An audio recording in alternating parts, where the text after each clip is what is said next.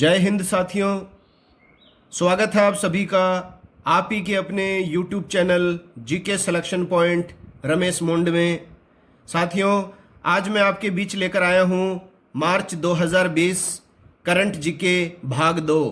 इससे पहले भाग 1 मेरे द्वारा प्रदर्शित किया जा चुका है और इसी क्रम में मार्च 2020 की करंट जीके के कुल 4 भाग मेरे द्वारा जारी किए जाएंगे और हर भाग में 50 प्रश्न प्रस्तुत किए जाएंगे व्याख्या के सहित। और इन 200 प्रश्नों के 4 भाग अगर आपने देख लिए तो ये मानिए आपने मार्च 2020 करंट जीके पर पूर्ण रूप से फतेह विजय प्राप्त कर ली है। तो शुरू करते हैं भाग 2। 51वां प्रश्न, हाल ही में आईसीसी की महिला T20 विश्व कप वर्ल्ड कप की टीम ऑफ द टूर्नामेंट में शामिल होने वाली एकमात्र भारतीय कौन रही हैं? तो हाल ही में T20 महिला वर्ल्ड कप आयोजित किया गया था और इस वर्ल्ड कप के बाद जो है अंतर्राष्ट्रीय क्रिकेट परिषद आईसीसी ने T20 एक महिला टीम बनाई है जिसमें किसी भी देश की खिलाड़ी को चुना जा सकता है। तो ये जो आईसीसी ने जो टीम बनाई है महिलाओं की, इसमें शामिल होने वाली एकमात्र भारतीय खिलाड़ी हैं पूनम यादव। ये आपको विशेष रूप से ध्यान में रखना है। कोई भी विश्व कप होता है तो उसके बाद में आईसीसी एक बेस्ट टीम बनाती है जिसमें सभी टीमों के कोई भी खिलाड़ियों को चुना जा सकता है। तो भारत की एकमात्र भारतीय खिलाड़ी जो रही हैं इसमें वो पूनम यादव रही हैं और भारत की नव प्रतिभाशाली खिलाड़ी जो हाल ही में विश्व कप में काफ़ी चर्चित रही हैं अपनी धमाकेदार ओपनिंग बल्लेबाजी के लिए, वो हैं शेफाली वर्मा। इसको इस टूर्नामेंट की टीम में 12वां खिलाड़ी घोषित किया गया है। तो ये मोस्ट इंपॉर्टेंट प्रश्न है। आईसीसी के द्वारा हाल ही में टीम ऑफ द टूर्नामेंट में शामिल होने वाली एकमात्र भारतीय खिलाड़ी हैं पूनम यादव। अब देखिए साथियों, आईसीसी अंतर्राष्ट्रीय क्रिकेट परिषद, इसकी स्थापना हुई थी 1909 में। इसका मुख्यालय हेडक्वार्टर है यूएई यूनाइटेड अरब अमीराट्स दुबई में और इसका वर्तमान में चेयरमैन है शशांक मनोहर।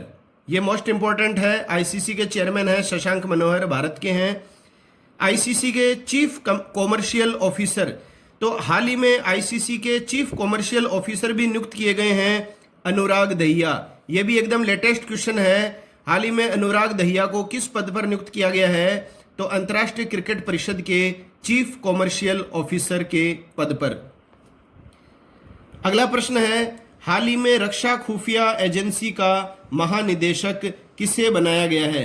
रक्षा खुफिया एजेंसी मतलब DIA, डिफेंस इंटेलिजेंस एजेंसी, इसका महानिदेशक बनाया गया है KGS ढिल्लो।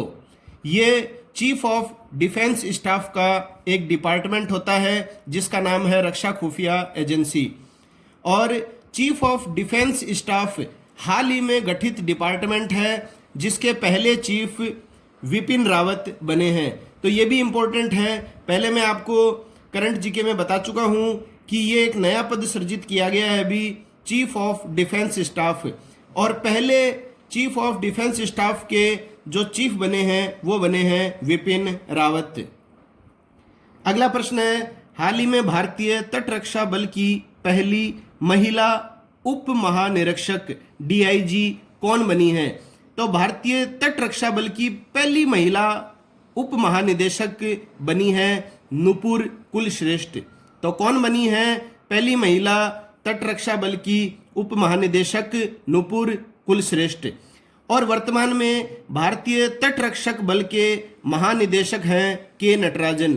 ये साथियों आपको जो मुख्य प्रश्न के अलावा जो मैं तथ्य बता रहा हूँ ये भी मोस्ट इंपॉर्टेंट है। इन्हीं से रिलेटेड परीक्षाओं में प्रश्न पूछे जाते हैं। जैसे आपको ये प्रश्न नहीं पूछे कि भारतीय तट रक्षक बल की पहली महिला उप महानिदेशक कौन बनी है, तो नुपुर कुलश्रेष्ठ बनी है। इसी से रिलेटेड प्रश्न आ सकता है कि वर्तमान में भारतीय तट रक्षक बल के महानिदेशक कौन है, तो के नटराजन है और मुख्यालय है इसका नई दिल्ली। अगला प्रश्न है, हाल ही में किस भारतीय क्रिकेटर ने सभी क्रिकेट प्रारूपों से संन्यास ले लिया है? तो T20 वनडे इंटरनेशनल और टेस्ट क्रिकेट और रणजी ट्रॉफी सभी प्रारूपों से संन्यास ले लिया है वसीम जाफर। महाराष्ट्र से संबंधित हैं ये, और इनके बारे में एक विशेष बात है कि रणजी क्रिकेट जो सर्वोच्च राष्ट्रीय स्तर की क्रिकेट प्रतियोगिता होती है रणजी ट्रॉफी, तो रणजी में 150 मैचों में 12,000 रन इन्होंने बनाए हैं, और इतने मैच और इतने अधिक रन और किसी भी खिलाड़ी के द्वारा नहीं बनाए गए हैं। तो ये मोस्ट इंपॉर्टेंट है वसीम जाफर। अब देखिए साथियों, अभी कुछ दिनों पहले ही इरफान पठान और प्रज्ञान ओझा ने भी संन्यास लिया है। ये मैं आपको पहले बता चुका हूं करंट जीके में कि किन खिलाड़ियों के द्वारा और संन्यास लिया गया है, इरफान पठान और प्रज्ञान ओझा।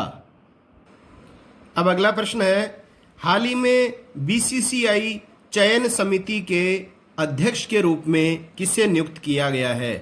तो जैसे विश्व की क्रिकेट संस्था है आईसीसी, अंतर्राष्ट्रीय क्रिकेट परिषद या इंटरनेशनल क्रिकेट काउंसिल, वैसे ही भारत की जो क्रिकेट काउंसिल है उसका नाम है बीसीसीआई। इसका फुल फॉर्म होता है साथियों board of cricket control of India. तो बीसीसीआई चयन समिति जो खिलाड़ियों का चयन करती है समिति, उसका अध्यक्ष नियुक्त किया गया है सुनील जोशी। भारत के पूर्व खिलाड़ी रह चुके हैं ये स्पिन गेंदबाज सुनील जोशी, इनको बनाया गया बीसीसीआई चयन समिति का अध्यक्ष। अब देखिए साथियों, ये तो हो गया मेन प्रश्न। अब इसमें प्रश्न बन सकता है कि ये जो चयन समिति होती है इसमें कुल कितने सदस्य होते हैं या कौन सा सदस्य वर्तमान में है या नहीं है।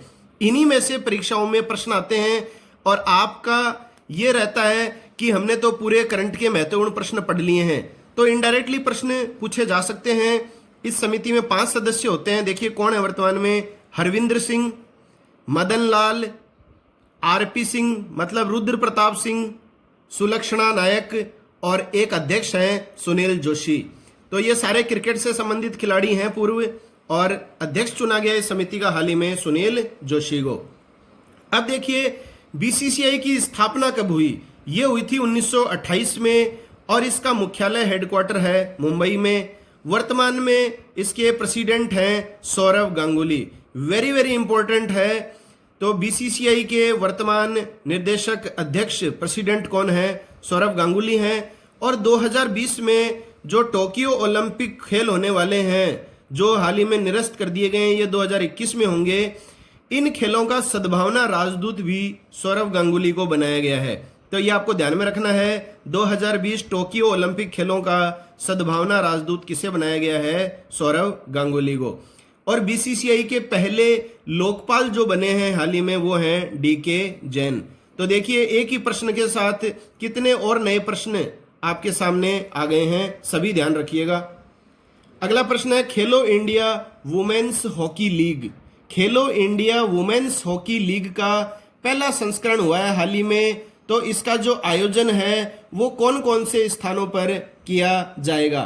तो all India women's hockey league के पहले संस्करण का आयोजन कौन से स्थानों पर किया जाएगा? तो पहली बात, ये अंडर 21 साल से कम आयु की लीग होगी महिलाओं की, और इसका प्रथम चरण होगा नई दिल्ली में मेजर ध्यानचंद स्टेडियम में। अब ये तो पहले चरण की बात थी। दूसरा चरण होगा बेंगलोर के स्पोर्ट्स अथॉरिटी ऑफ इंडिया में, SAI sports authority of India के सेंटर में होगा। और तीसरे चरण का आयोजन होगा उड़ीसा भुवनेश्वर के कलिंगा स्टेडियम में। तो आपको ये ध्यान में रखना है, 3 स्थानों पर यह लीग आयोजित की जाएगी। प्रथम चरण नई दिल्ली के मेजर ध्यानचंद स्टेडियम में, दूसरा चरण बेंगलोर के sports authority of India centre में, और तीसरा चरण भुवनेश्वर के कलिंगा स्टेडियम में। चलिए आगे चलते हैं। हाल ही में किस भारतीय महिला क्रिकेटर को पेप्सिको ने अपना ब्रांड एम्बेसडर बनाया है?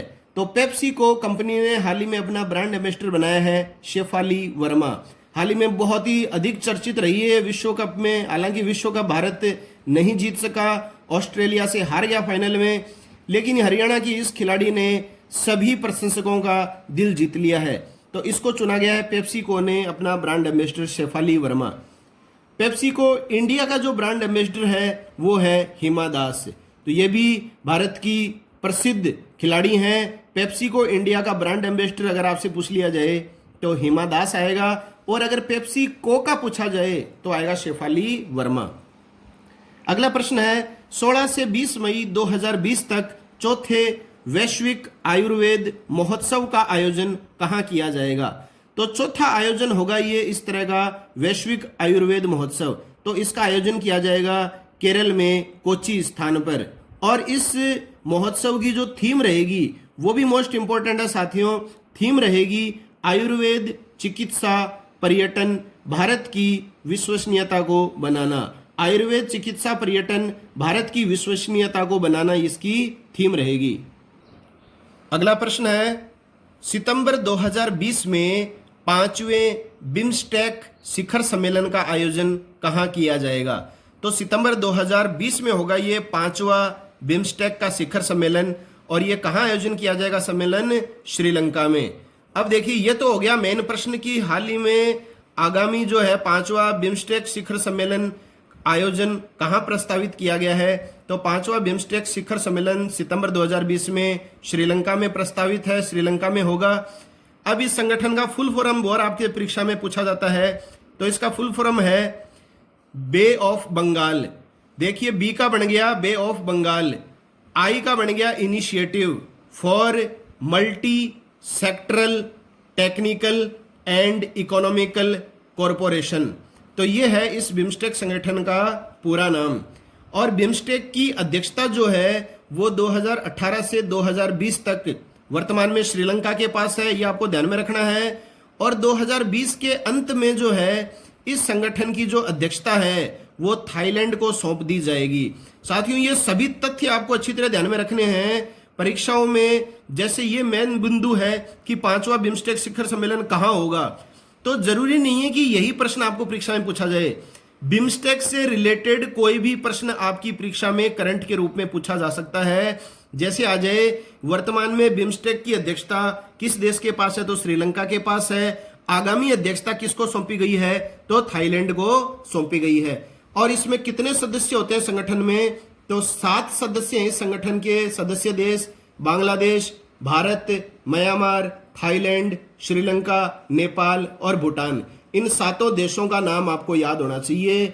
और इस बिम्स्टेक का हेडक्वार्टर या मुख्यालय है बांग्लादेश की राजधानी ढाका।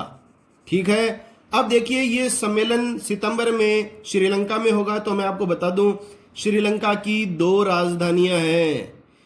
पहला तो कॉमर्शियल जो कैपिटल है, वाणिज्यिक जो राजधानी है वो तो कोलंबो में है। और एडमिनिस्ट्रेटिव कैपिटल प्रशासनिक राजधानी जो है वो है श्री जयवर्धने कोट्टे। तो वाणिज्यिक राजधानी कोलंबो और प्रशासनिक राजधानी जयवर्धने कोट्टे। और वर्तमान में श्रीलंका के प्रधानमंत्री और राष्ट्रपति जैसा कि आप जानते हैं दोनों भाई हैं। प्रधानमंत्री हैं महेंद्र राजपाक्षे और राष्ट्रपति हैं गोतबाया राजपाक्षे। तो ये विशेष रूप से आपको ध्यान में रखना है। अगला प्रश्न है, हाल ही में 10 सार्वजनिक क्षेत्र के बैंकों के प्रस्तावित एकीकरण के बाद में सरकारी स्वामित्व वाले बैंकों की संख्या कितनी हो जाएगी? तो 10 जो हैं, ये भी एक इंपॉर्टेंट प्रश्न है कि 10 सार्वजनिक क्षेत्र के बैंकों का एकीकरण हो गया है। और इन बैंकों के एकीकरण के पश्चात सरकारी स्वामित्व वाले बैंकों की शेष संख्या कितनी बच जाएगी? तो वो बच जाएगी 12। ये मोस्ट इंपॉर्टेंट प्रश्न है वर्तमान संदर्भ में। तो इन 10 बैंकों का जो एकीकरण है वो 1 अप्रैल 2020 से लागू हो चुका है। अब देखिए ये 10 बैंक कौन कौन से हैं, देख लीजिए अच्छी तरह, आप समझ लीजिए। पहला है oriental bank of commerce. Oriental bank of commerce OBC जिसको कहते हैं। और United bank of PNB, Punjab national bank में मिलाया जाएगा। तो ओरिएंटल बैंक ऑफ कॉमर्स जो है और यूनाइटेड बैंक ऑफ इंडिया, ठीक है, ये दोनों बैंक जो हैं वो पीएनबी में मिलाए जाएंगे। याद रखिए अच्छी तरह आप। दूसरा है syndicate bank of Canara bank. Syndicate bank और कैनरा बैंक जो है इनका भी एकीकरण हो चुका है। आंध्रा बैंक व कॉरपोरेशन बैंक को जो है वो यूनियन बैंक ऑफ इंडिया में मिलाया गया है। आंध्रा बैंक और कॉरपोरेशन बैंक को किस में मिलाया गया है? UBI, union bank of India में। इसके अलावा इलाहाबाद बैंक जो है उसको इंडियन बैंक में मिलाया जाएगा। तो इलाहाबाद बैंक को इंडियन बैंक में मिलाया जाएगा। तो एक बार दोबारा देख लीजिए आप अच्छी तरह, ओरिएंटल बैंक ऑफ कॉमर्स और यूनाइटेड बैंक को जो है वो पीएनबी में मिलाया जाएगा, सिंडिकेट बैंक को कैनरा बैंक में मिलाया जाएगा, आंध्रा बैंक व कॉरपोरेशन बैंक को यूनियन बैंक ऑफ इंडिया में मिलाया जाएगा और इलाहाबाद बैंक को इंडियन बैंक में मिलाया जाएगा। अब देखिए 1 अप्रैल 2017 से पहले देश में 27 सरकारी बैंक थे, 27 सार्वजनिक बैंक थे। अब केवल 12 ही शेष बचेंगे क्योंकि 10 सार्वजनिक बैंकों का एकीकरण हो गया है। तो अब कितने हैं सरकारी स्वामित्व वाले बैंकों की संख्या? 12। अगला प्रश्न है, हाल ही में पुरुषों में दुनिया के सबसे बुजुर्ग व्यक्ति का निधन हुआ है, इनका नाम क्या है? तो हाल ही में मार्च महीने में जो है वो दुनिया के सबसे बुजुर्ग पुरुष व्यक्ति का निधन हुआ है, इनका नाम है चेतेशु वतनबे। ये याद रखना है, मोस्ट इंपॉर्टेंट है, चेतेशु वतनबे। ये 112 वर्ष के थे और किस देश से संबंध रखते थे? जापान से। तो चेतेशु वतनबे का निधन हो चुका है। तो अब वर्तमान में सबसे बुजुर्ग व्यक्ति कौन है विश्व में? तो वो है ब्रिटेन के 111 वर्षीय बॉब वेटन। तो ये है वर्तमान में दुनिया के सबसे बुजुर्ग व्यक्ति बॉब वेटन, ब्रिटेन, 111 वर्ष। अगला प्रश्न है, हाल ही में भारत की पहली व्यावसायिक एलएनजी बस किस राज्य में शुरू की गई है? तो व्यावसायिक एलएनजी बस, एलएनजी का मतलब होता है साथियों लिक्विफाइड कॉम्प्रेस्ड नेचुरल गैस। ये जो बस है वो किस राज्य में शुरू की गई है? केरल में। केरल में कोच्चि में ये एलएनजी बस सेवा प्रारंभ की गई है। भारत की प्रथम इंटरसिटी इलेक्ट्रिक बस किन शहरों के मध्य शुरू की गई है? ये इससे संबंधित अलग प्रश्न बन सकता है कि जिस तरह से पहली व्यावसायिक एलएनजी बस जो है वो कोच्चि केरल में शुरू की गई है, वैसे ही भारत की पहली इंटरसिटी इलेक्ट्रिक बस किन शहरों के मध्य शुरू की गई है? तो आप उत्तर बताएंगे मुंबई व पुणे के मध्य। और इसी तरह से जो ये बस का जो नाम है, बस का नाम जो रखा गया है वो रखा गया है शिवी। ये भी मोस्ट इंपॉर्टेंट है। ये जो बस शुरू की गई है मुंबई व पुणे के मध्य, इस बस का क्या नाम रखा गया है? शिवी। अब देखिए एक प्रश्न और बनता है यहाँ पर, मुंबई और अहमदाबाद के बीच में तीसरी प्राइवेट ट्रेन प्रारंभ हुई है, वो कौन सी है? अब देखिए मुंबई और अहमदाबाद के बीच में तीसरी प्राइवेट ट्रेन रेल प्रारंभ की गई है, वो कौन सी है? ये जवाब आपको कमेंट बॉक्स में लिखकर भेजना है। अब से मैं हर करंट जीके के अध्यायों में आपसे 1-2 प्रश्न निश्चित रूप से पूछूंगा। तो ये आपका प्रश्न है आज का, मुंबई अहमदाबाद के बीच में तीसरी प्राइवेट ट्रेन जो हाल ही में प्रारंभ हुई है वो कौन सी है? अगला प्रश्न है, किस राज्य के उच्च न्यायालय ने स्कूलों, कॉलेजों में तथा अन्य शैक्षणिक संस्थाओं में हड़तालों पर प्रतिबंध लगा दिया है? तो हाई कोर्ट ने जो है वो स्कूलों, कॉलेजों तथा अन्य शैक्षणिक इंस्टीट्यूट जो हैं उनमें हड़तालों पर प्रतिबंध लगा दिया है, तो केरल उच्च न्यायालय ने। अगला प्रश्न है, हाल ही में भारतीय रेलवे ने किस रेलवे स्टेशन में रेस्टोरेंट ऑन व्हील्स लॉन्च किया है? तो रेस्टोरेंट ऑन व्हील्स ये लॉन्च किया गया है आसनसोल रेलवे स्टेशन, पश्चिम बंगाल। तो कौन सा रेलवे स्टेशन है वो जिसने रेस्टोरेंट ऑन व्हील लॉन्च किया है? आसनसोल रेलवे स्टेशन, पश्चिम बंगाल। अब देखिए पुराने रेल के डिब्बों को मॉडिफाई करके चलता फिरता रेस्टोरेंट बनाया गया है।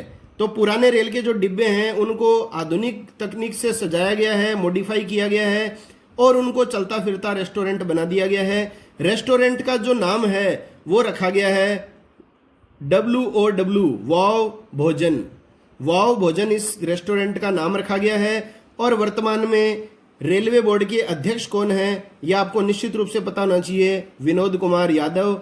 और रेल मंत्री कौन है? पीयूष गोयल। अगला प्रश्न है, हाल ही में निशुल्क सार्वजनिक परिवहन की सुविधा प्रदान करने वाला प्रथम देश कौन सा बना है? मतलब साथियों देखिए, ट्रांसपोर्ट की जो सार्वजनिक परिवहन की जो सुविधा है वो उस देश ने निशुल्क कर दी है, फ्री कर दी है। तो निशुल्क सार्वजनिक परिवहन की सुविधा प्रदान करने वाला दुनिया का पहला देश बना है लग्जमबर्ग। तो ऐसा इसने क्यों किया है लग्जमबर्ग देश ने? इससे क्या होगा, ट्रैफिक में कमी आएगी। जब लोगों को ट्रांसपोर्ट की जो यातायात की जो सुविधा है वो निशुल्क मिलेगी तो ज्यादातर लोग जो है वो सार्वजनिक परिवहन की सुविधा का प्रयोग करेंगे। इससे क्या होगा, ट्रैफिक यातायात में कमी आएगी और जाहिर सी बात है इससे पोल्यूशन भी कम होगा, तो प्रदूषण में भी क्या आएगी, कमी आएगी। तो देश का नाम ध्यान में रखिए, लग्जमबर्ग। अगला प्रश्न है, वर्ष 2021 में 108वीं भारतीय विज्ञान कांग्रेस की मेजबानी कौन करेगा? तो ये काफी इंपॉर्टेंट सम्मेलन होता है, परीक्षाओं में निश्चित रूप से पूछा जाता है, भारतीय विज्ञान कांग्रेस। तो भारतीय विज्ञान कांग्रेस का जो सम्मेलन होगा 108वां जो 2021 में होगा, उसकी मेजबानी दी गई है महाराष्ट्र के पुणे स्थान को। तो ये भारतीय विज्ञान कांग्रेस आगामी 2021 कहाँ होगा? पुणे, महाराष्ट्र में 3 से 7 जनवरी 2021 तक ये भारतीय विज्ञान कांग्रेस सम्मेलन आयोजित किया जाएगा। और इसकी थीम जो है वो क्या होगी? Science and technology for sustainability development with women empowerment. तो इस तरह से आप 1-2 बार इस थीम को जरूर देख लीजिएगा साथियों, क्योंकि अगर टफ प्रश्न बनेगा तो यही बनेगा कि आगामी भारतीय विज्ञान कांग्रेस की थीम क्या रखी गई है। तो science and technology for sustainability development with women empowerment. और अब जो लेटेस्ट की अगर अपन बात करें तो जनवरी 2020 में जो है इसको 107वां जो भारतीय विज्ञान कांग्रेस जो सम्मेलन हुआ है वो हुआ है कर्नाटक के बेंगलुरु स्थान पर। ये तो आपको ध्यान में रखना ही रखना है। ये तो पुणे में तो जो है आगामी वर्ष होगा, ये तो आगामी हुआ है। वर्तमान में जो है वो और भी इंपॉर्टेंट है। हाल ही में कहाँ हुआ है भारतीय विज्ञान कांग्रेस का सम्मेलन? कर्नाटक के बेंगलुरु स्थान पर। यह आपको विशेष रूप से ध्यान में रखना है। और इंडियन साइंस कांग्रेस के वर्तमान में अध्यक्ष हैं डॉक्टर विजय लक्ष्मी सक्सेना। तो डॉक्टर विजय लक्ष्मी जो सक्सेना है ये वर्तमान में भारतीय विज्ञान कांग्रेस संस्था की अध्यक्ष हैं। इसका मुख्यालय है कोलकाता में। और राष्ट्रीय विज्ञान दिवस कब मनाया जाता है साथियों? 28 फरवरी को। तो ये तथ्य भी आप सभी ध्यान में रखिए। अगला प्रश्न है, हाल ही में भारत के किस राज्य में Akhil Bharatiya police athletics championship प्रारंभ होगी?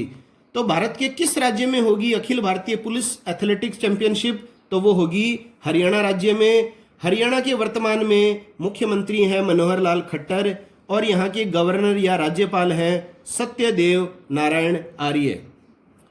अगला है, हाल ही में चौथे Times of India sports award में sports person of the year 2020 किसे चुना गया है? तो ये चुना गया है पीवी सिंधु। हालांकि ये 2020 के संदर्भ में है, लेकिन पिछले वर्ष के प्रदर्शन के आधार पर यह times of India sports award के तहत sports person of the year चुना जाता है। तो किसको चुना गया है times of India sports award के तहत sports person of the year? PV Sindhu, Bharat की प्रसिद्ध बैडमिंटन खिलाड़ी हैं ये। और पुलेला गोपीचंद को जो है वो times of India sports award के तहत mentor of the year award दिया गया है। तो इनके कोच हैं ये पीवी सिंधु के पुलेला गोपीचंद, इनको mentor of the year award दिया गया है। और इसके तहत पीवी सिंधु को जो अवार्ड मिला है वो देखिए उसका नाम है unbreakable spirit of sports award. तो unbreakable spirits of sports award जो है वो दिया गया है पीवी सिंधु को। अब देखिए इसी अवार्ड्स के तहत पूर्व भारत के फुटबॉल खिलाड़ी हैं, आप सभी ने नाम सुना होगा, बाईचुंग भूटिया, इनको दिया गया था लाइफ टाइम अचीवमेंट अवार्ड। तो हाल ही में sports person of the year PV Sindhu चुनी गई हैं, mentor of the year award Pullela Gopichand को मिला है और लाइफ टाइम अचीवमेंट अवार्ड जो है वो बाईचुंग भूटिया पूर्व फुटबॉल खिलाड़ी को मिला है। तो साथियों, अगर जानकारियां आपके ज्ञान में वृद्धि कर रही हैं, आपको पसंद आ रही हैं, तो चैनल को अधिक से अधिक लाइक करें, शेयर करें, सब्सक्राइब करें। और जो नए बंधु हैं जो चैनल से पहली बार जुड़े हैं वो चैनल को सब्सक्राइब करें ताकि मेरे द्वारा प्रदर्शित आगामी वीडियोस के नोटिफिकेशन आप तक सबसे पहले पहुंच सकें। अगला प्रश्न है, हाल ही में जारी समावेशित इंटरनेट इंडेक्स 2020 में भारत कौन से स्थान पर रहा है? तो हाल ही में ये एक जो है इंडेक्स जारी किया गया, सूची जारी की गई है। इसमें इस सूची के माध्यम से जो है एक लिस्ट तैयार की गई है कि वो कौन सा देश है जिसमें इंटरनेट बहुत ज़्यादा सुलभ है, सस्ता है। तो इस आधार पर जो है वो एक रैंकिंग दी जाती है, समावेशित इंटरनेट इंडेक्स। तो इस आधार पर जो है भारत जो है वो 46वें स्थान पर रहा है। प्रथम स्थान पर जो रहा है इंटरनेट इंडेक्स 2020 लिस्ट में, वो रहा है स्वीडन, और दूसरे स्थान पर रहा है न्यूजीलैंड। और इंटरनेट किस देश में कितना सुलभ है, कितना सस्ता है, इस आधार पर यह रैंकिंग दी जाती है। लोगों को कितनी अधिक मात्रा में जो ये है सुलभ रेट पर मिल रहा है, लोग इसका कितना उपयोग कर रहे हैं। तो इंटरनेट इंडेक्स रैंकिंग में भारत का स्थान है 46वां। अगला प्रश्न है, हाल ही में नीति आयोग द्वारा जारी रिपोर्ट में पोषण अभियान को लागू करने में कौन सा राज्य सबसे अग्रणी रहा है? वेरी वेरी इंपॉर्टेंट प्रश्न है। नीति आयोग के द्वारा हाल ही में रिपोर्ट जारी की गई है जिसमें ये कहा गया है कि पोषण अभियान को लागू करने में सबसे अग्रणी जो राज्य रहा है वो रहा है आंध्र प्रदेश। ध्यान रखिएगा अच्छी तरह, पोषण अभियान में अग्रणी राज्य है आंध्र प्रदेश। और पोषण अभियान में सर्वाधिक संख्या में भाग लेने के मामले में तमिलनाडु अग्रणी है। अगर आपसे पूछा जाए पोषण अभियान को लागू करने में अग्रणी राज्य तो आंध्र प्रदेश आएगा, और पोषण अभियान में सर्वाधिक संख्या में भाग लेने के मामले में, तो सर्वाधिक संख्या में भाग लेने के मामले में कौन सा राज्य अग्रणी बताओगे आप? तमिलनाडु। अब देखिए इसकी थोड़ी सी अपन बात कर लेते हैं पोषण अभियान की। तो भारत सरकार ने 18 दिसंबर 2017 को देश में कुपोषण की समस्या को दूर करने हेतु पोषण अभियान की शुरुआत की थी। तो 18 दिसंबर 2017 को इस अभियान की शुरुआत हुई थी, और हर वर्ष 8 से 12 मार्च तक जो है वो पोषण पखवाड़ा मनाया जाता है। तो हाल ही में पोषण पखवाड़ा कब मनाया गया? 8 से 22 मार्च 2020 तक। तो 8 से 22 मार्च 2020 तक मनाया जाता है पोषण पखवाड़ा। अगला प्रश्न है, वर्ष 2020 में छठे अंतर्राष्ट्रीय योग दिवस का आयोजन कहाँ किया जाएगा? तो छठा अंतर्राष्ट्रीय योग दिवस का आयोजन किया जाएगा लद्दाख की राजधानी लेह में। वेरी इंपॉर्टेंट प्रश्न है। और अंतर्राष्ट्रीय योग दिवस कब मनाया जाता है साथियों? तो ये मनाया जाता है 21 जून को। अब देखिए इससे संबंधित और भी बातें हैं। 1 से 7 मार्च तक उत्तराखंड के ऋषिकेश स्थान पर योग महोत्सव मनाया गया था, और लद्दाख जो राज्य है इसके पहले लेफ्टिनेंट जो गवर्नर हैं वो बने हैं राधा कृष्ण माथुर, और जम्मू कश्मीर के पहले लेफ्टिनेंट गवर्नर बनाए गए हैं गिरीश चंद्र मुर्मू। तो देश में जो विशेष राज्य का दर्जा प्राप्त था जम्मू कश्मीर, उनको दोनों अलग करके, उस राज्य को अलग करके 2 नए केंद्र शासित प्रदेश सर्जित किए गए हैं, लद्दाख और जम्मू कश्मीर। तो लद्दाख के फर्स्ट लेफ्टिनेंट गवर्नर हैं राधा कृष्ण माथुर, और जम्मू कश्मीर के पहले लेफ्टिनेंट गवर्नर बने हैं गिरीश चंद्र मुर्मू। तो ये दोनों तथ्य आपको निश्चित रूप से याद होने चाहिए। अगला प्रश्न है, हाल ही में फेसबुक इंडिया का नया संचार प्रमुख किसे नियुक्त किया गया है? तो फेसबुक इंडिया का नया संचार प्रमुख या कम्युनिकेशन हेड ये नियुक्त किया गया है बिपाशा चक्रवर्ती को। ये आप ध्यान में रखिए। बिपाशा चक्रवर्ती हाल ही में क्यों चर्चित रही हैं? क्योंकि इन्हें फेसबुक इंडिया का नया संचार प्रमुख नियुक्त किया गया है। अगला प्रश्न है, हाल ही में अफगानिस्तान के राष्ट्रपति कौन बनाए गए हैं? तो अफगानिस्तान के राष्ट्रपति बने हैं अशरफ गनी। ये हैं वर्तमान में अफगानिस्तान के राष्ट्रपति, और दूसरी बार ये राष्ट्रपति पद प्राप्त करने में सफल रहे हैं। अगला है, हाल ही में भारत का कौन सा राज्य सोलर रूफटॉप स्थापित करने वाला शीर्ष राज्य रहा है? तो वो राज्य है गुजरात। रूफ मतलब छत, तो सोलर जो है वो एनर्जी है, ऊर्जा का आगामी जो स्रोत रहेगा भविष्य वो सोलर ही है। तो सोलर रूफटॉप स्थापित करने वाला अग्रणी राज्य है गुजरात।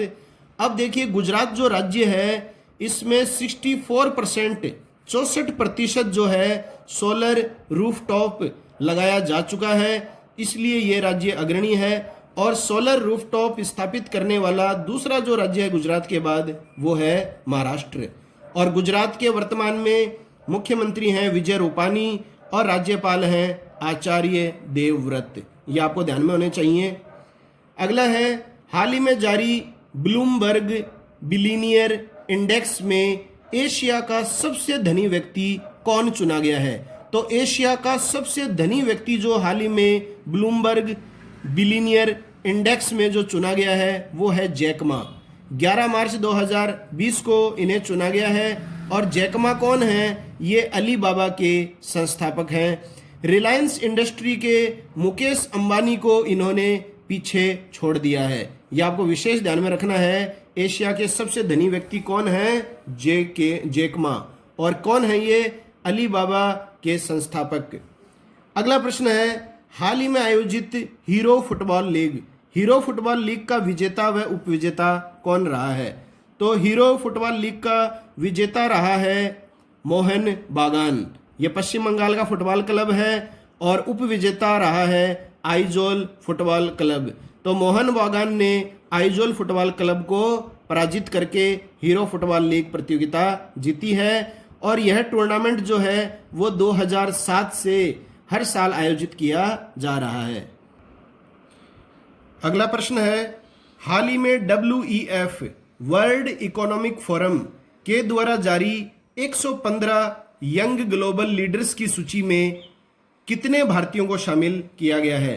तो वर्ल्ड इकोनॉमिक फोरम के द्वारा हाल ही में 115 यंग ग्लोबल लीडर्स की सूची बनाई गई है। इसमें कितने भारतीयों को शामिल किया गया है? 5 भारतीयों को। तो यंग ग्लोबल लीडर्स जो सूची होती है इसमें 40 वर्ष से कम आयु के नेताओं को या प्रमुख विश्वसनीयता व्यक्तियों को चुना जाता है।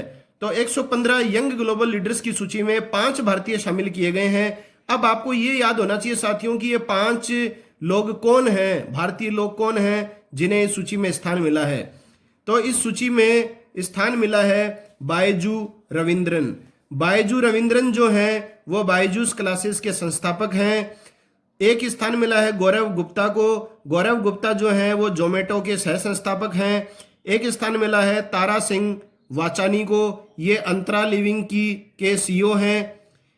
एक स्थान मिला है विनती मुतरेजा को। ये विनती ऑर्गेनाइजेशन के CEO हैं। और एक स्थान मिला है स्वप्न मेहरा। तो ये 5 व्यक्ति हैं जिन्हें यंग ग्लोबल लीडर्स की सूची में शामिल किया गया है, 5 भारतीय। अगला प्रश्न है, हाल ही में पहली बार रणजी ट्रॉफी किस टीम ने जीती है? तो पहली बार जो है रणजी ट्रॉफी जो जीती गई है, क्रिकेट की सर्वश्रेष्ठ राष्ट्रीय चैंपियनशिप होती है रणजी ट्रॉफी, ये जीती है सौराष्ट्र ने। और सौराष्ट्र ने किसको हराया? बंगाल को पराजित किया। तो सौराष्ट्र पहली बार ये रणजी ट्रॉफी जीतने में सफल रहा है। और अपन ने अभी बात की थी थोड़ी देर पहले वसीम जाफर की, जो महाराष्ट्र से संबंधित हैं। वसीम जाफर ने रणजी में सर्वाधिक 150 मैच खेले हैं तथा 12,000 से अधिक रन बनाने वाले एकमात्र खिलाड़ी हैं ये। और इन्होंने हाल ही में संन्यास भी ले लिया है। तो जानकारियां ध्यान में रखिए, अच्छी तरह एकाग्रचित होकर कंसंट्रेट करके सुनिए। अगला प्रश्न है, हाल ही में भावना देहरिया किस कारण से चर्चित रही हैं? तो भावना देहरिया जो है आपने सुना होगा, मार्च माह में काफी ज्यादा सुर्खियों में रही थी ये। और ये भारत के मध्य प्रदेश राज्य से संबंध रखती हैं। क्यों चर्चित रही हैं भावना देहरिया? इन्होंने ऑस्ट्रेलिया के सर्वोच्च पर्वत शिखर, ऑस्ट्रेलिया का जो सर्वोच्च पर्वत शिखर है उसका नाम है माउंट कोजिएस्को। माउंट कोजिएस्को पर इन्होंने सफल चढ़ाई की है। ये माउंट एवरेस्ट तथा माउंट किलीमंजारो पर भी चढ़ाई कर चुकी हैं। तो माउंट एवरेस्ट और माउंट किलीमंजारो पर तो ये पहले चढ़ाई करी चुकी हैं। इन्होंने हाल ही में किस सर्वोच्च पर्वत शिखर पर चढ़ाई की है? तो वह है ऑस्ट्रेलिया का पर्वत शिखर माउंट कोजिएस्को। तो आपको ध्यान होना चाहिए भावना देहरिया के बारे में। अगला प्रश्न है, हाल ही में महिला उद्यमिता को बढ़ावा देने हेतु प्रगति पहल का प्रारंभ किसने किया है? तो महिला उद्यमिता को बढ़ावा देने के लिए प्रगति पहल का प्रारंभ किया है फेसबुक ने। किसने प्रारंभ किया है प्रगति पहल? फेसबुक ने। फेसबुक की स्थापना 2004 में हुई थी साथियों। इसका मुख्यालय है कैलिफोर्निया, अमेरिका में, और वर्तमान में इसके जो सीईओ हैं फेसबुक के वो हैं मार्क जुकरबर्ग। तो मार्क जुकरबर्ग जो हैं वर्तमान में इसके सीईओ हैं। अगला प्रश्न है, हाल ही में किस राज्य की सरकार ने कोविड-19 के प्रसार को रोकने हेतु नमस्ते ओवर हैंडशेक अभियान शुरू किया है? वेरी इंपॉर्टेंट है, नमस्ते ओवर हैंडशेक। ये जो अभियान जो प्रारंभ किया गया है, ये किया गया है कर्नाटक राज्य की सरकार के द्वारा। इस अभियान के द्वारा लोगों को एक दूसरे से सुरक्षित दूरी बनाए रखने की सलाह दी गई है। लोग हाथ न मिलाएं, दूर से ही क्या करें, नमस्ते करें। तो ये है मोस्ट इंपॉर्टेंट क्वेश्चन कि वह राज्य जिसने कोविड-19 के प्रसार को रोकने हेतु नमस्ते ओवर हैंडशेक अभियान शुरू किया है। हालांकि गाइडलाइन में यह साफ नियम है कि व्यक्ति एक दूसरे से कम 1 मीटर की दूरी जरूर बनाए रखे। सोशल डिस्टेंसिंग इस बीमारी के रोक के लिए बहुत जरूरी है साथियों। अगर जानकारियां पसंद आ रही हैं तो निश्चित रूप से आप करंट जीके के लिए भी इस चैनल से स्थायी रूप से जुड़ सकते हैं। हर महीने मेरे द्वारा संपूर्ण करंट जीके आपके बीच प्रस्तुत की जाएगी। तो अगर आप करंट के जो बोझ से ग्रसित हैं तो आप निश्चित रूप से मेरे इस YouTube चैनल को सब्सक्राइब करें और आपको हर महीने की संपूर्ण करंट जीके आपके बीच प्रस्तुत मैं करूंगा। और अधिक से अधिक मेरे द्वारा दी गई जानकारियों को अपने साथियों के मध्य शेयर करें, चैनल को सब्सक्राइब करें। अब देखिए, राजधानी है कर्नाटक की बेंगलुरु। वर्तमान में कर्नाटक के मुख्यमंत्री हैं BS येदियुरप्पा और वर्तमान में कर्नाटक के गवर्नर राज्यपाल हैं वजीभाई वाला। अगला प्रश्न है, भारत कोविड-19 के स्ट्रेन को सफलतापूर्वक अलग करने वाला कौन सा देश बना है? तो कोविड-19 के स्ट्रेन को सफलतापूर्वक अलग करने वाला भारत जो बना है वो विश्व का 5वां देश बना है। साथियों, कोविड-19 से संबंधित महत्वपूर्ण प्रश्न जो हैं उत्तर वो मेरे द्वारा पहले भी प्रदर्शित किए जा चुके हैं। आप प्लेलिस्ट में मेरा वीडियो दे सकते हैं, कोविड-19 से संबंधित जुड़े हुए समस्त प्रश्न उत्तर। और ये जो प्रश्न हैं ये लेटेस्ट प्रश्न हैं जो मेरे को उन प्रश्नों के अलावा मार्च 2020 की करंट में मिले हैं। तो ये भी आप निश्चित रूप से याद रखिएगा। तो कोविड-19 के स्ट्रेन को सफलतापूर्वक अलग करने वाला देश बना है 5वां भारत। अब देखिए स्ट्रेन, इसका तात्पर्य क्या है? इसका तात्पर्य यह है कि वैज्ञानिकों ने वायरस के प्योर सैंपल को मानव शरीर के बाहर हासिल कर लिया है। तो वैज्ञानिकों ने जो वायरस है उसके प्योर सैंपल को मानव शरीर के बाहर हासिल कर लिया है। इससे क्या होगा साथियों, इस बीमारी का टीका बनाने में मदद मिल सकेगी। और 16 मार्च को जो है वो प्रत्येक वर्ष मनाया जाता है राष्ट्रीय टीकाकरण दिवस। ये आपको विशेष ध्यान में रखना है। और भारत सरकार लोगों को टीका महत्व के बारे में जागरूक करने हेतु यह दिवस, मतलब 16 मार्च को जो ये दिवस मनाया जाता है, किस रूप में मनाती है? राष्ट्रीय टीकाकरण दिवस। अगला प्रश्न है, हाल ही में किस सोशल मीडिया ने WHO का मतलब World Health Organisation, UNICEF, United Nation International Children Emergency Fund, ये भी एक संस्था है, अंतर्राष्ट्रीय संस्था यूनिसेफ, तथा UNDP, United Nation Development Programme, इनके साथ मिलकर corona virus information hub launch किया है। तो वो कौन सी सोशल मीडिया है जिसने WHO, यूनिसेफ और UNDP के साथ मिलकर क्या लॉन्च किया है? Corona virus information hub. तो ये है व्हाट्सएप सोशल मीडिया जो है इसने corona virus information hub launch किया है। और इसके माध्यम से क्या फायदा मिलेगा इस कोरोना वायरस इंफॉर्मेशन हब के माध्यम से, वो देख लीजिए आप। व्हाट्सएप ने कोरोना वायरस पर कोई भी फेक न्यूज़ होगी उस पर अंकुश लगाने के लिए $1 मिलियन का योगदान दिया है। तो ये आप विशेष रूप से ध्यान में रखना। $1 मिलियन का योगदान दिया है व्हाट्सएप ने। भारत सरकार ने भी कोरोना वायरस से संबंधित लोगों को सही जानकारी देने के लिए व्हाट्सएप पर MyGov कोरोना हेल्प डेस्क नाम से एक चैटबॉट या एक नंबर जारी किया है। वेरी इंपॉर्टेंट है, भारत सरकार ने भी कोरोना वायरस से संबंधित लोगों को सही जानकारी देने के लिए व्हाट्सएप पर एक चैटबॉट जो है वो जारी किया है, जिसका नाम है MyGov कोरोना हेल्प डेस्क, और एक नंबर भी जारी किया गया है साथियों। और कोई भी व्यक्ति उस नंबर पर कॉल करके कोरोना वायरस से संबंधित सही जानकारी प्राप्त कर सकता है। वो नंबर क्या है? 9013151515।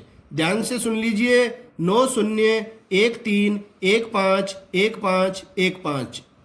तो इस नंबर पर कॉल करके कोई भी व्यक्ति कोरोना वायरस से संबंधित सही जानकारी प्राप्त कर सकता है। अब देखिए, ये व्हाट्सएप के द्वारा ये corona virus information hub launch किया गया है। तो व्हाट्सएप की स्थापना हुई थी 2009 में, और इसके संस्थापक थे दो व्यक्ति, जेनकाब और ब्रेन एक्टेन। जेनकाब और ब्रेन एक्टेन इसके संस्थापक थे। और अब ये जो व्हाट्सएप है ये फेसबुक के नियंत्रण में ही है, फेसबुक के अंडर ही आता है ये व्हाट्सएप। और इसके वर्तमान जो CEO हैं व्हाट्सएप के, वो हैं क्रिस डेनियल। तो ये सारी जानकारियां आपको ध्यान में होनी चाहिए। अगर साथियों वीडियो पसंद आए तो इसे लाइक करें, शेयर करें और सब्सक्राइब जरूर करें। अगला प्रश्न है, हाल ही में किस बीमा कंपनी ने कोरोना पॉजिटिव पाए जाने वाले लोगों के लिए कोविड-19 प्रोटेक्शन कवर की घोषणा की है? तो वो कौन सी बीमा कंपनी है जिसने कोविड-19 प्रोटेक्शन कवर की घोषणा की है कि जो व्यक्ति कोरोना पॉजिटिव पाया जाएगा उसके लिए? तो वो है ICICI लोम्बार्ड। तो कौन सी बीमा कंपनी है? ICICI लोम्बार्ड, ये है कंपनी। अब क्या होगा देखो इस कवर के तहत, इसके तहत यदि कोई व्यक्ति कोरोना टेस्ट में पॉजिटिव पाया जाता है तो वह 149 रुपए का प्रीमियम देकर 1 वर्ष का कोविड-19 प्रोटेक्शन कवर प्राप्त कर सकता है। ये आपको ध्यान में रखनी है। 1 वर्ष का कोविड-19 प्रोटेक्शन कवर वो कितने रुपए का प्रीमियम देकर प्राप्त कर सकता है? 149 रुपए का। और इसके लिए जो आयु सीमा निर्धारित की गई है वो है, व्यक्ति की आयु जो है 18 से 75 वर्ष के मध्य होनी चाहिए। वेरी इंपॉर्टेंट है ये। भारत सरकार ने कोरोना वायरस के बारे में बच्चों में जागरूकता फैलाने के लिए किस सुपर हीरो का प्रयोग किया है? तो भारत सरकार जो है उसने बच्चों में कोरोना वायरस के प्रति जागरूकता फैलाने के लिए सुपर हीरो के रूप में किसका उपयोग किया है? तो वो है वायु। मोस्ट इंपोर्टेंट प्रश्न है, आपको ध्यान में रखना है। क्या है उस सुपर हीरो जिसका उपयोग कर रही है भारत सरकार? उसका नाम है वायु। हाल ही में केंद्रीय स्वास्थ्य मंत्रालय ने कोविड-19 को फैलने से रोकने हेतु कॉमिक बुक जारी की है। तो ये कॉमिक बुक जारी की गई है बच्चों के द्वारा। इसमें बच्चों को विशेषतः है कोरोना के बारे में जागरूक किया गया है तथा कोरोना से लड़ने हेतु बच्चों को सुपर हीरो बनने के लिए प्रेरित किया जा रहा है। देखिए कितना इंटरेस्टिंग फैक्ट है। और इस कॉमिक का नाम क्या है साथियों? किड्स वायु एंड कोरोना वायरस। कॉमिक का नाम है किड्स वायु एंड कोरोना वायरस। अगला प्रश्न है, हाल ही में भारत के प्रधानमंत्री नरेंद्र मोदी ने किस तिथि को जनता कर्फ्यू लगाया है? मोस्ट इंपोर्टेंट प्रश्न है। प्रधानमंत्री नरेंद्र मोदी के द्वारा पूरे भारत में किस तिथि को जनता कर्फ्यू लगाया गया था? वो लगाया था 22 मार्च। यह लोगों के द्वारा खुद पर लगाया गया कर्फ्यू था, सरकार ने कोई कर्फ्यू नहीं लगाया। तो ये जनता के द्वारा जनता की सुरक्षा के लिए लगाया गया कर्फ्यू था। ये प्रधानमंत्री जी ने घोषणा की थी इस बात की कि ये मत समझिए कि सरकार आप पर कर्फ्यू लगा रही है, ये लोगों के द्वारा खुद पर लगाया गया कर्फ्यू था। इसके तहत क्या किया गया साथियों, ये देखिए आप। इसके तहत सुबह 7 बजे से लेकर रात्रि 9 बजे तक घरों में ही रहने का आह्वान माननीय प्रधानमंत्री नरेंद्र मोदी के द्वारा किया गया था कि सभी लोग सुबह 7 बजे से रात्रि 9 बजे तक अपने घरों में ही रहेंगे। और इसी जनता कर्फ्यू के दौरान जो है उन्होंने शाम को 5 बजे लोगों से थाली घंटी बजाने का आह्वान भी किया था कि सभी जो हैं वो इस तरह की गतिविधि में सक्रिय रूप से भाग लें। अगला प्रश्न है, हाल ही में किस देश के क्रिकेट बोर्ड ने अपने सभी प्रोफेशनल क्रिकेटर्स को 28 मई तक के लिए निलंबित कर दिया है। मतलब 28 मई तक उस देश के क्रिकेट खिलाड़ी किसी भी देश में या अपने देश में क्रिकेट नहीं खेल पाएंगे। तो वो है, कौन सा बोर्ड है? England and Wales Cricket Board. अब देखिए साथियों, इंग्लैंड की टीम को श्रीलंका से टेस्ट सीरीज खेले बिना ही वापस बुला लिया गया है। तो अभी जो है कोरोना वायरस से पहले जो है इंग्लैंड की टीम श्रीलंका के दौरे पर गई हुई थी टेस्ट श्रृंखला खेलने के लिए। तो इंग्लैंड और वेल्स क्रिकेट बोर्ड ने जो है इस टीम को बिना टेस्ट मैच खेले हुए ही श्रीलंका से वापस बुला लिया था। अगला प्रश्न है, हाल ही में किस राज्य में नमस्ते ओरछा महोत्सव का आयोजन किया गया है? तो साथियों, ये कोई कोविड-19 के प्रसार को रोकने हेतु कोई अभियान नहीं है। ये अलग संबंधित अभियान है, या ये अभियान नहीं कहा जाता है। ये महोत्सव है जो इस राज्य के द्वारा हर वर्ष मनाया जाता है, नमस्ते ओरछा महोत्सव। इसका आयोजन किया जाता है मध्य प्रदेश के द्वारा। और इस महोत्सव का उद्देश्य क्या है, जिसका नाम है नमस्ते ओरछा महोत्सव? इसका उद्देश्य है राज्य की ऐतिहासिक परंपरा, सांस्कृतिक विरासत और वास्तुकला को बढ़ावा देना। ये मोस्ट इम्पॉर्टेंट चीज़ है। और अभी मैंने आपसे इसी संदर्भ में एक बात और भी की थी कि वो कौन सा राज्य है जिसने नमस्ते ओवर हैंडशेक अभियान प्रारंभ किया है। तो अगर आपने अच्छे से प्रश्न देखे हैं पिछले, तो आपको ध्यान में होगा वो राज्य है कर्नाटक। और क्या लक्ष्य अभियान था ये कि लोगों को एक दूसरे से सुरक्षित दूरी बनाए रखने की सलाह दी गई है। इसके तहत लोग हाथ न मिलाएं, दूर से ही क्या करें, नमस्ते करें। तो ध्यान में रखिएगा इन सभी तथ्यों को। अब देखिए, मध्य प्रदेश के मुख्यमंत्री हैं वर्तमान में कमलनाथ, और गवर्नर या राज्यपाल हैं लालजी दास टंडन। तो लालजी दास जो टंडन है वो गवर्नर राज्यपाल हैं। अब देखिए, एक दो प्रश्न और आप ध्यान में रखिए। हाल ही में मध्य प्रदेश के ब्रांड एम्बेसडर जो बनाए गए हैं वो फिल्म अभिनेता गोविंदा बनाए गए हैं। सर्वाधिक वन क्षेत्र वाला जो राज्य है वो भी मध्य प्रदेश ही है। और मध्य प्रदेश सरकार के द्वारा हाल ही में किशोर कुमार सम्मान दिया गया है पूर्व फिल्म अभिनेत्री वहीदा रहमान को। तो देखिए, एक साथ कितने सवाल जो हैं वो अपने कवर हो रहे हैं। अगला प्रश्न है, हाल ही में पूमा का ब्रांड एम्बेसडर किसे बनाया गया है? तो पूमा कंपनी का ब्रांड एम्बेसडर बनाया गया है प्रसिद्ध फिल्म अभिनेत्री करीना कपूर को। अब इस ब्रांड एम्बेसडर के रूप में इनका कार्य क्या होगा? तो इनका कार्य होगा ज़्यादा से ज़्यादा महिलाओं को हेल्दी तथा फिट रहने के लिए प्रोत्साहित करना। तो प्यूमा का ब्रांड एम्बेसडर कौन है वर्तमान में? करीना कपूर। और प्यूमा क्या है साथियों? जर्मनी का स्पोर्ट्स वियर ब्रांड है। तो जर्मनी का स्पोर्ट्स वियर ब्रांड है प्यूमा। अगला प्रश्न है, हाल ही में महाराष्ट्र सरकार ने किस हवाई अड्डे का नाम बदलकर छत्रपति संभाजी महाराज हवाई अड्डा कर दिया है? तो ये प्रश्न पहले भी मैं आपको व्याख्या के रूप में बता चुका हूं। तो महाराष्ट्र सरकार ने छत्रपति संभाजी महाराज हवाई अड्डा नाम किस हवाई अड्डे का कर दिया है? तो वो किया गया है औरंगाबाद हवाई अड्डे का। ध्यान में रखिएगा। अगला प्रश्न है, हाल ही में बीबीसी वर्ल्ड हिस्ट्री मैगजीन ने अपने सर्वे में किस नेता को अब तक का महान नेता चुना है? वेरी वेरी इंपॉर्टेंट है। बीबीसी वर्ल्ड हिस्ट्री मैगजीन के द्वारा हाल ही में सर्वे किया गया था और दुनिया के किस नेता को अब तक का सबसे महान नेता इसमें चुना गया है? तो वो है महाराजा रणजीत सिंह। और क्यों चुना गया इन्हें?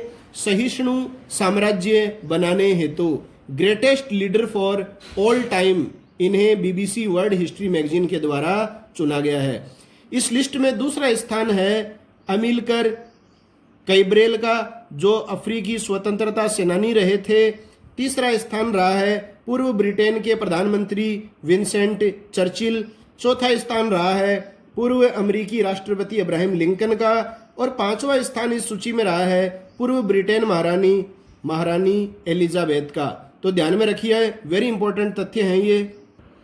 अगला प्रश्न है, हाल ही में महिला T20 बल्लेबाजी रैंकिंग में शीर्ष स्थान पर कौन रही हैं? तो महिला T20 बल्लेबाजी रैंकिंग में शीर्ष स्थान पर रही हैं जो शेफाली वर्मा। तो ये तो रही हैं बल्लेबाजी में शीर्ष स्थान पर, शेफाली वर्मा भारत की खिलाड़ी हैं ये। और महिला T20 गेंदबाजी रैंकिंग में जो शीर्ष स्थान पर रही हैं, यदि आपको गेंदबाजी रैंकिंग पूछी जाए तो इंग्लैंड की खिलाड़ी हैं सोफी एक्लास्टन। सोफी एक्लास्टन जो हैं वो शीर्ष गेंदबाजों की सूची में प्रथम स्थान पर रही हैं और बल्लेबाजी रैंकिंग में शेफाली वर्मा भारत। अगला है, बेटी बचाओ बेटी पढ़ाओ कार्यक्रम को लेकर लिखी गई पुस्तक। देखिए, बेटी बचाओ बेटी पढ़ाओ कार्यक्रम को लेकर लिखी गई पुस्तक है chronicles of change champion. Chronicles of change champion का विमोचन हाल ही में नई दिल्ली में किसने किया है? तो ये विमोचन किया है स्मृति ईरानी के द्वारा। तो स्मृति ईरानी के द्वारा हाल ही में इस पुस्तक का विमोचन किया गया है। और देखिए, इसी तरह से एक पुस्तक और भी इंपॉर्टेंट है, ए चाइल्ड ऑफ डेस्टिनी। यह भी हाल ही में चर्चित रही है, ए चाइल्ड ऑफ डेस्टिनी। ये है के रामकृष्ण राव द्वारा लिखित पुस्तक। के रामकृष्ण राव के द्वारा ये पुस्तक लिखित है और इसका विमोचन किया गया था उपराष्ट्रपति वेंकैया नायडू के द्वारा। अब देखिए, मेरा जो दूसरा प्रश्न इस करंट जीके का वो यही है कि बेटी बचाओ बेटी पढ़ाओ कार्यक्रम को लेकर जो पुस्तक लिखी गई है क्रॉनिकल्स ऑफ चेंज चैंपियन, ये पुस्तक किसके द्वारा लिखी गई है? हालांकि इसका विमोचन किया गया है स्मृति ईरानी के द्वारा, तो ये लिखी किसके द्वारा गई है क्रॉनिकल्स ऑफ चेंज चैंपियन? ये आपको कमेंट बॉक्स में मेरे को जवाब देना है और जो साथी सही जवाब देंगे उनका नाम अगले वीडियो में निश्चित रूप से मैं उल्लेखित करूंगा। अगला प्रश्न है, हाल ही में भारत के किस राज्य में चाप चार कूट महोत्सव शुरू किया गया है? तो आपने सुना होगा, ये मिजोरम राज्य का प्रमुख महोत्सव है ये चाप चार कूट महोत्सव। इसे झूम कृषि के पूरा होने पर खुशी से मार्च महीने में मनाया जाता है और मिजोरम का सबसे लोकप्रिय पर्व है ये चाप चार कूट महोत्सव। और झूमिंग जो कृषि है वो क्या होती है? जंगलों को काटकर समतल भूमि प्राप्त करके उस पर खेती की जाती है और उसके बाद में कुछ आगे वाले जंगली भूभाग वनों को काट लिया जाता है, वहां समतल भूमि पर खेती की जाती है, तो इसे स्थानांतरित कृषि भी कहा जाता है।